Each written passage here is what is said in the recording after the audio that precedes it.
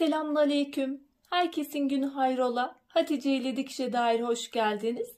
Bugün sizlerle birlikte yıldız yastık yapımı için pratik yıldız kalıbı nasıl çıkarılır onu göstermeye çalışacağım inşallah. Çalışmaya geçmeden önce kanalıma ücretsiz bir şekilde abone olup yandaki zili de aktif hale getirirseniz yüklediğim tüm videolardan haberdar olabilirsiniz.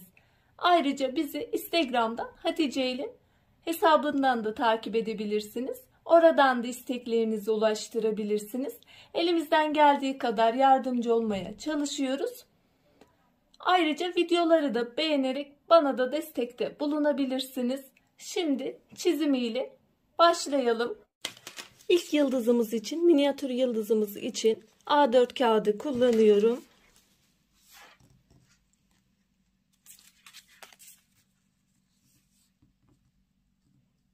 ...29,5-30 sayabilirsiniz. Öncelikle kağıdımızı ikiye katlıyoruz. Bir katını açıyorum. Şöyle tam yine şuraya doğru getiriyorum. Altına farklı bir kumaş kullandım. Masada belli olsun diye. Şuranın kat izi lazım bize. Hepsini yapmıyorum. Geri katladım. Sonra şurayı aldığım kat izini şöyle kalemle gösterdim. Oraya doğru şu kısmı getiriyorum. Güzel bir şekilde getirelim. Bu şekilde katladım. Sonra şuranın kat izini baz alıyorum. Tekrar bir katlama yapıyorum.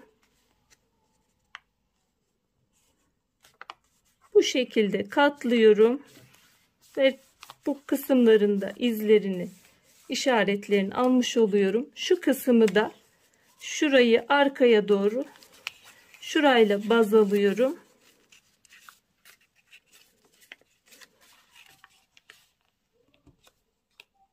Şu şekilde katladım. Şeklimiz bu şekil oldu. Şimdi keseceğiz. Kesmeyi şöyle biraz geriden alıyorum. Çünkü cetvelle göstermem gerekirse şurada sıfırlamam gerekiyor.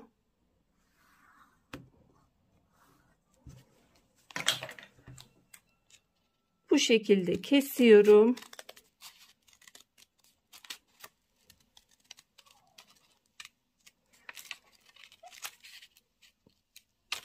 Düz kesemezseniz içeriden biraz daha düzleyebilirsiniz. Şurada hafif bir farklılık oldu. Onu alayım, düzelteyim. Şu kısım 6 santim olarak belirledim. Şurada da 3 santim kalmış oldu. 3 santim kısımdan kesmiş oldum. Şöyle yıldızımı tam olarak açayım. Simetrik bir şekilde bütün hepsi aynı şekilde güzel bir yıldız elde etmiş olduk. Şimdi bunu asıl kalıbımızda büyüteceğiz. Şöyle orta kısma yerleştiriyorum. Yıldızımızı, küçük yıldızımızı yerleştirdikten sonra isterseniz şu kısımdan şöyle ortadan 26 olarak da belirleyebilirsiniz. Şu uç kısmı şu şekilde. İsterseniz 25 olarak da belirleyebilirsiniz. Ben şöyle 25 santim olarak belirliyorum. Şuradaki orta çizgiyi baz alıyorum. Şu şekilde belirledim. Şu noktaya çizgimi çekiyorum.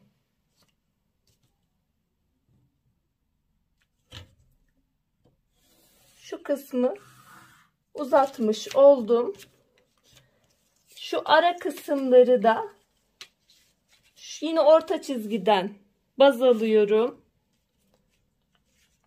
Şöyle 12 santim olarak da burada orta çizginin de şu ortasının kat izi zaten kağıdı yaptığınızda görünecektir. O kısmı da oradan alıyorum yukarı doğru aynı şekilde. Onu da oradan çiziyorum. Bu kısmı da bu şekilde uzattım. Diğer kısımları da aynı şekilde tekrar yapıyorum. Bu kısımları 25 olarak almıştım. Bunları deneme yanılma yöntemiyle de çıkarabiliyoruz. Ben önce gazete kağıtlarını, ilk kalıplarımı çıkarıyorum. Eğer uygunsa kalıbım, istediğim gibi olmuşsa o şekilde diğer kağıda alıyorum. Bunları da bu şekilde çiziyorum.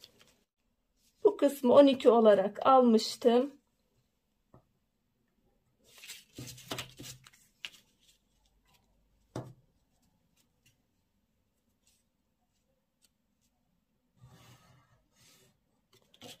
Diğerlerini de çiziyorum.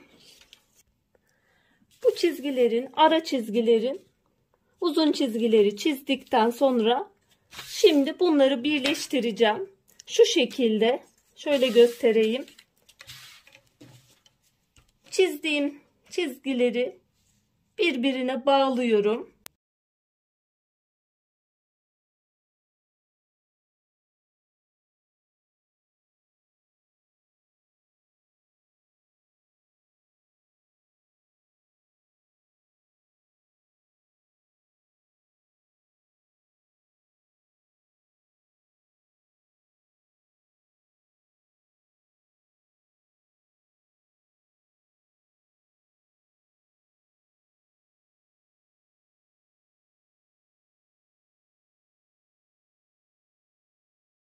Şimdi yıldızımız hazır. Kesime geçeceğiz.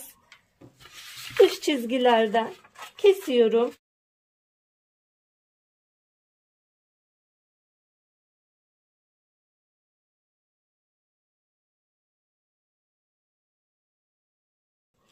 Şöyle kalıbımız çıkmış oldu. Kendimize hiç dışarıdan kalıp aramadan istediğimiz yıldız şeklini çıkarabiliriz. Yıldız kalıbımızı çıkardıktan sonra ilk önce şöyle bir kalıp çıkardık. Bunu büyüterek bu kalıbı bu şekilde getirdik. Bu kalıbı hazırladıktan sonra işlemin çoğusu bitmiş oluyor aslında. Hazır da alabilirsiniz tabi. Kumaşımızın düz yüzler içte kalacak şekilde, ters kısımlar dışta kalıyor. Yerleştiriyoruz. İstediğiniz şekilde yerleştirebilirsiniz.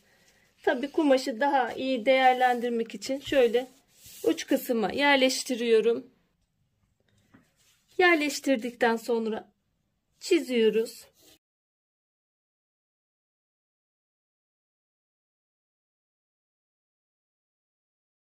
Çizme işlemini yaptıktan sonra kalıbımızı kaldırıyoruz. Şöyle iğneliyorum. İğnelemeyi de yaptım. İsterseniz şöyle pay bırakarak kesip o şekilde de dikebilirsiniz. Ben kalan kumaşı daha avantajlı kullanmak için önce dikeceğim. Sonra kalan kısmı keseceğim. Dikişe geçmeden önce açıklık kısmını istediğiniz kısımdan bırakabilirsiniz. Ben şöyle şu kısımdan bırakacağım. İçine elyafını bu kısımdan dolduracağız. Şimdi dikmeye başlıyorum.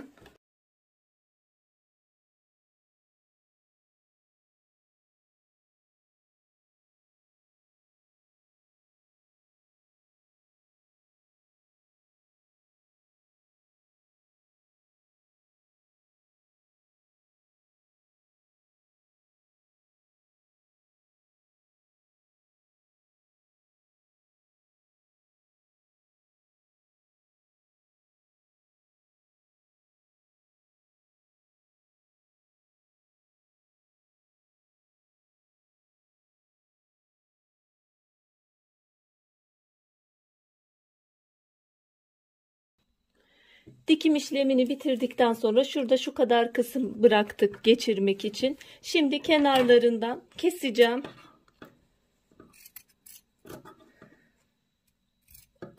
Şöyle 1 santime yakın pay bırakarak kesiyorum.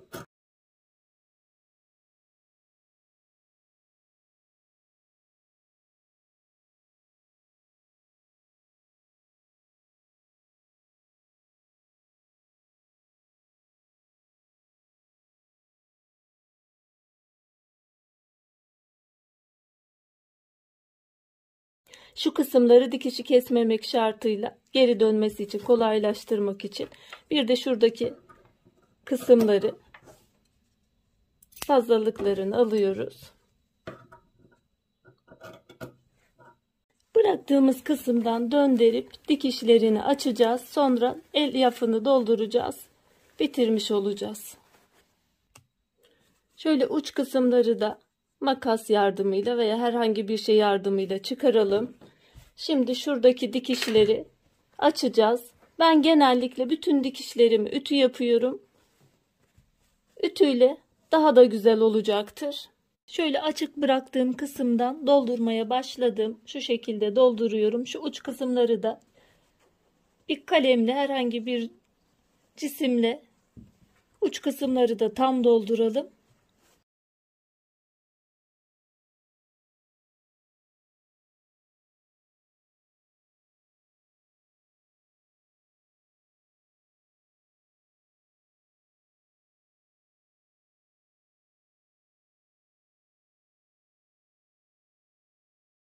Açıklık kısmı dikiyorum. Şuraya iğne taktım daha kolay dikebilmem için. Şu şekilde ben el teyeliyle çok belli yapmadan dikeceğim.